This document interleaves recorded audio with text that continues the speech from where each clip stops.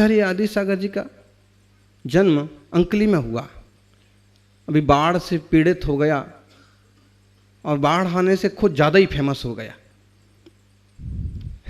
सब चीज़ के कुछ नुकसान होते हैं तो कुछ नफे भी होते हैं। अंकली में जन्म लिया। शिव गौड़ा उनका नाम था, उनके पिता का नाम था सिद्ध गौड़ा।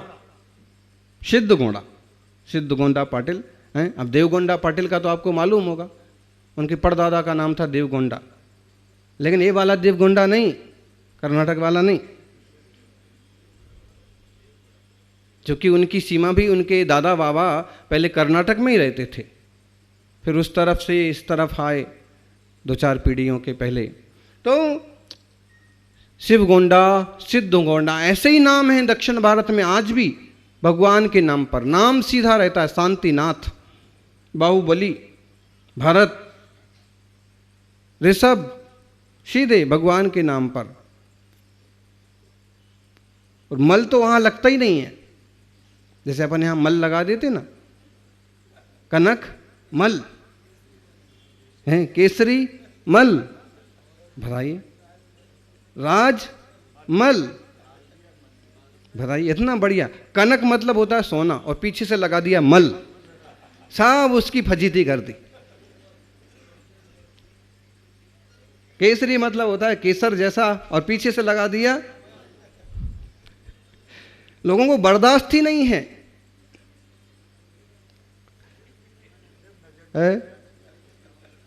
लेकिन ये है कि इन नामों के पीछे बुजुर्गों की एक सोच रही है। और जो भी नाम हैं वो तो एक पहचान के हैं। वास्तव में आदमी की पहचान नाम से नहीं, उसके काम से होती है।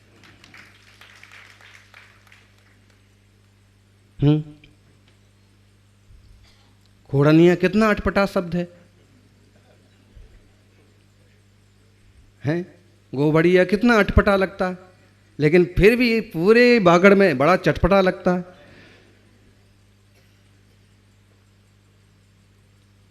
कुछ नाम ऐसे हैं, लेकिन वहां ये नहीं लगते। वहां लगता है पाटिल, देसाई, चौगले। यहां दोगले होते हैं।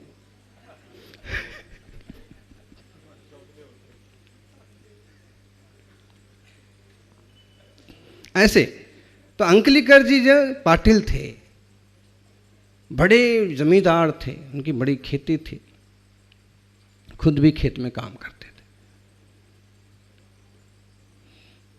आदमी को खुद एक्टिव होना पड़ता है, दूसरों के बहाने, दूसरों के भरोसे काम नहीं चलता है। आप कितने भी बड़े हों, जब तक अपने काम पर खुद ध्यान नहीं देंगे तब तक आप पूरी तरह से सक्सेस नहीं हो सकते। आप बोलोगे कि हमारी 10 कंपनीज हैं, हम कहाँ कहाँ जाएंगे? कहाँ कहाँ जाने की बात नहीं है। 10 पर एक नज़र तो आपकी होना ही चाहिए, भले हफ्ते में हो कि महीने में हो। और अगर आपकी नज़र नहीं है ना, तो सब धरा रह जाएगा। ये उनका संदेश था, जैसे कि खुद बड़ी खेती के मालिक होने के बाद भी खुद भी सम्मिलित होते थे गृहस्थी का। बचपन के कई सारे उनके प्रसंग हैं जो आपने सुने हैं कि कृष्णा नदी बिल्कुल पास में है, उसमें गोता लगाते थे। जब खूब बाढ़ होती, पानी होता, तो भी गोता लगा के नीचे से मिट्टी लेके आ जाते थे, रेत लेके आते थे। ऐसी तैराकी थी और ऐसी क्षमता थी, शारीरिक क्षमता। कई सारे उदाहरण हैं कि उनको कमरे में बंद कर दिया दोस्तों ने मजाक मजाक में, तो अपने हाथों से घूंसों से दरवाजा तोड़ करके बाहर आ गए। और आप तोड़ने जाओ दरवाजा तो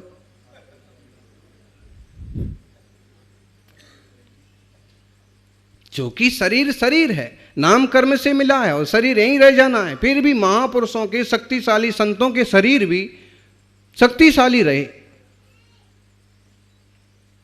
खुद किसान, खुद काम करो, मेहनत करो तो शक्तिशाली बनता है शरीर। और नहीं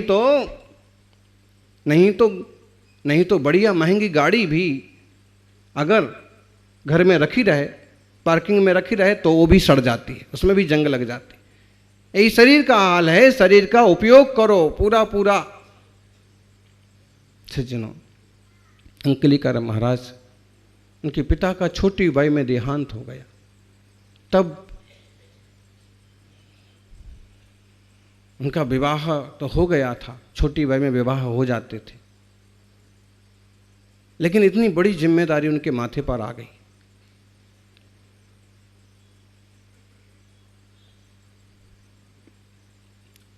वहाँ के मंदिर का निर्माण चल रहा था। तब का एक प्रसंग है, अंकली में एक बड़ा अच्छा मंदिर है, तो वो खुद भी बड़े बड़े पत्थर उठा करके और मंदिर पर चढ़ाते थे, हेल्प करते थे। होता है किसी किसी का अपना शौक होता है, खुद भी करते हैं, मेहनत करते हैं, कार सेवा करते हैं। तो ऐसे बड़े बड़े पत्थर जब उठाते थे तो किसी ने आकर के उनकी शिकायत उनके पिता से की कि समझाओ, जब मजदूर काम कर रहे हैं, लोग काम कर रहे हैं, तो इनको करने की क्या जरूरत पड़ी। और उसमें भी इतना बड़ा बड़ा पत्थर उठा। जैसे शिकायत की तो पिता ने भी कहा कि आप घबराइए मत, मुझे भरोसा है कि इतना बड़ा पत्थर उठाने के बाद भी उसका कुछ बिगड़ने वाला नहीं।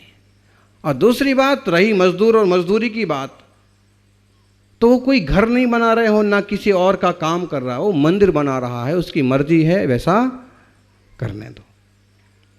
मंदिर बनाना, मंदिर बनवाना, मंदिर की प्रतिष्ठा करना। पिता की देहावसान के बाद उनको वैराग्य भावना बढ़ी। फिर थोड़े दिनों बाद मां का भी देहावसान हो गया, उनका वैराग्य और बढ़ा। वे उदगांव से अंकली एक जिनप्पा शास्त्री थे, उनके साथ स्वाध्याय करने के लिए 3-4 किलोमीटर चल करके वहाँ आते थे। बीच में कृष्णा नदी, बड़ी सारी नदी। जब बरसात के दिनों में नदी पर पानी होता ना, तो भी तैर करके वो स्वाध्याय के लिए जाते थे। कितनी रुचि होगी, स्वाध्याय करते थे। माँ के देहावसान के बाद उनको बहुत वैराग्य भाव उमड़ा, लेकिन क्या करें, 2 छोटे बच्चे, पत्नी। योग संयोग देखो, या तो उनका भाग्य होनहार का हो, या उनको इस मार्ग पर बढ़ना होगा, ये बात का हो, या फिर सामने वाले जीव उतनी आयु वाले होंगे। थोड़े साल और बीते नहीं कि पत्नी का भी देहावसान हो गया। उनको लगा कि सब कुछ अटपटा है संसार में, सब कुछ विचित्र है, कोई सगे नहीं है, सब अपने अपने समय पर निकल जाते हैं और कोई शाश्वत नहीं। पत्नी के मरण के समय उसको उन्होंने बड़े संतोष और धैर्य से देह त्यागने की बात कही। जब किसी प्रकार की औषध ने काम करना बंद कर दिया तो उन्होंने कहा कि बस अब नमोकार ही शरण है, शांति से देह का त्याग करो। जो लोग मरने से घबराते हैं और मरने की आशंका से रोते पीटते हैं, उनके लिए एक उदाहरण कि देह तो देह है, कभी भी जाना है। और आयु पूरी हो गई कि बड़ी बीमारी लग गई तो जाना है। ऐसे में रोना पीटना रास्ता नहीं है, क्लेश करना रास्ता नहीं है। उन्होंने संबोधित किया कि अब जाना ही है, हमारा तुम्हारा इतना ही साथ था, तो तुम नमोकार का स्मरण करते हुए जाना। पत्नी ने कहा फिर तुम्हारा क्या होगा, बच्चों का क्या होगा? उन्होंने कहा ये चिंता छोड़, जब तू नहीं आई थी तो क्या होता था। और दूसरी बात बच्चों का भी अपना भाग्य है। यही क्लेश करते करते जाएगी ना तो ये संसार बढ़ता जाएगा। एक क्लेश और ये भावना छोड़, सारे रास्ता निकलेंगे, सब ठीक कर लूंगा। उसका समाधि मरण जैसा मरण करवाया।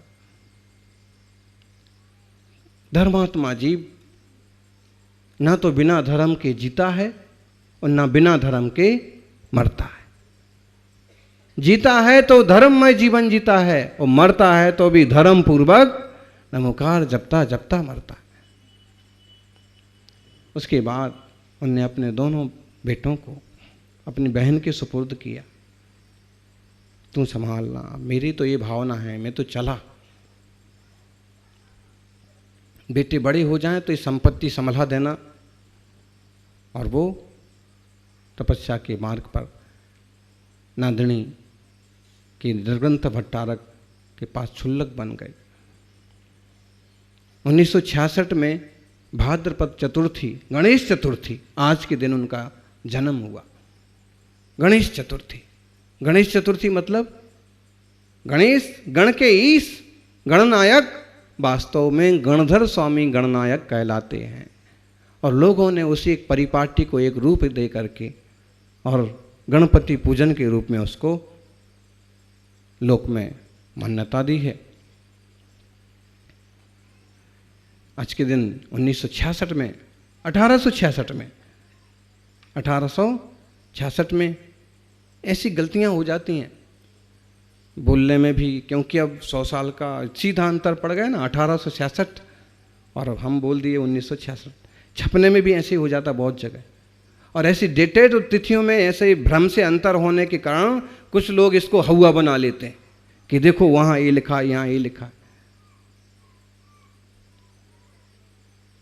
फिर 1906 में क्षुल्लक दीक्षा हुई, लगभग 40 वर्ष की वय में। और फिर 7 वर्ष जितना क्षुल्लक के व्रत पालने के बाद उन्होंने 1913 में कुंथलगिरी में मुनि दीक्षा स्वीकार की। और फिर मुनि बनने के बाद 2 वर्ष बीते ना बीते जयसिंहपुर में श्रुत पंचमी के अवसर पर 1915 में उनको आचार्य पद प्रदान किया गया। इस तरह से वो इस युग के महान आचार्य के रूप में हमारे सामने आए। ज्ञानियों, चरित चक्रवर्ती में लिखा है कि सुमेर चंद जी ने कि मैंने महाराज जी को पूछा कि और कोई महान साधु, तो उन्होंने कहा कि हमारे यहाँ कभी कभी अंकलिका स्वामी और देवप्पा स्वामी आहार को आते थे। अज्जी माँ उन्हें आहार कराती थी और हम उन्हें दूध गंगा वेद गंगा नदी पार कराते। सातगुंडा पाटिल वो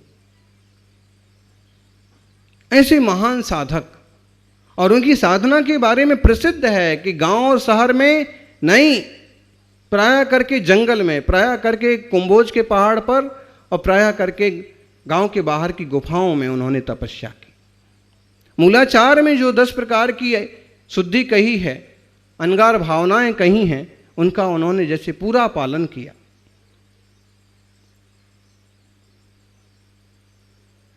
मूलाचार की प्रसिद्ध गाथा है, लिंगम बदम च शुद्धि बसदि विहारम च भिक्षणाणम च उज्झण शुद्धि यतः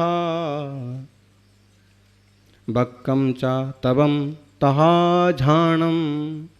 मुनिराजों को 10 प्रकार की शुद्धि का ध्यान रखना चाहिए। आप कितने प्रकार की शुद्धि का ध्यान रखते हो जी? श्राविकाओं कितने प्रकार की शुद्धि? ध्यान तो कितना रखते हैं, फिर भी कितने प्रकार की शुद्धि बोलना पड़ती है? 3। कौन कौन सी? मन शुद्धि, वचन शुद्धि, काय शुद्धि, बस। और वो भी बोलना है कि नहीं है? कई सारे श्रावकों की होती है, लेकिन कुछ लोग ऐसे होते हैं कि बस बोले मन शुद्धि, वचन शुद्धि, काय शुद्धि, आहार जल शुद्ध है।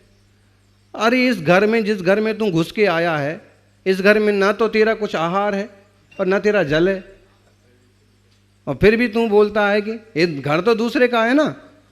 जिसका चौका था वो तो बेचारा पीछे रह जाता है। और हाँ, मन शुद्धि, वचन शुद्धि, काय शुद्धि, आहार जल। तो श्रावक को तो प्रायः 3 प्रकार की शुद्धि की बात है, और मुनि राजों को 10 प्रकार की शुद्धि। बताओ, अजब गजब बात है। लेकिन ये 10 प्रकार की शुद्धि मुनियों को सिद्ध बना देने वाली है। ऐसी शुद्धि, शुद्ध होते जाएंगे, शुद्ध होते जाएंगे और शुद्ध सागर हो जाएंगे, सिद्ध हो जाएंगे। लिंगम बदम च शुद्धि, लिंग शुद्धि। लिंग शुद्धि का मतलब केवल निर्ग्रंथ वीतराग दिगंबर लिंग। उनके पहले कुछ समस्याएं थीं कि आड़ में जाना पड़ता था। कोई कोई दिगंबर भट्टारक जैसे साधक थे और वो साधना तो करते थे, लेकिन कभी कुछ दक्षिणा ले लेते थे, कभी आहार पर उपाध्याय के कहने पर ही जाते थे। उपाध्याय मतलब वहाँ के मंदिर के पुजारी को उपाध्याय बोलते। तो उनने कहा कि आज महाराज जी इनके यहाँ जाना, तो हैं तो वो दिगंबर मुनि, लेकिन विधि और पड़गाहन से नहीं। हाँ, उसके घर में सीधे पहुँच गए, उसने चक्कर लगा लिए, आहार हो गया।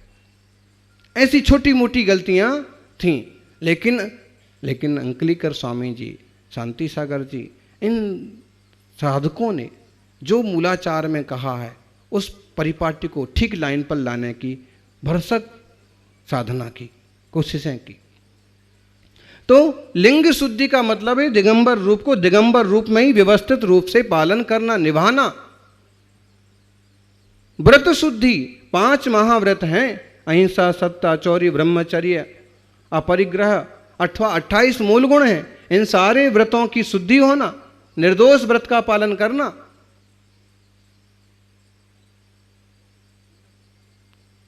परिग्रह नहीं रख सकते हैं, कब्जा नहीं कर सकते हैं, यहां तक कि आपके अंडर में मठ और मंदिर भी नहीं हो सकते। इसलिए तो वो गुफाओं में रहते थे। मठ में भी रहेंगे तो उसके किसी रूम में रहेंगे, कोने में रहेंगे, महीने 15 दिन रहेंगे और फिर निकल जाएंगे। हमारा स्वामित्व नहीं है।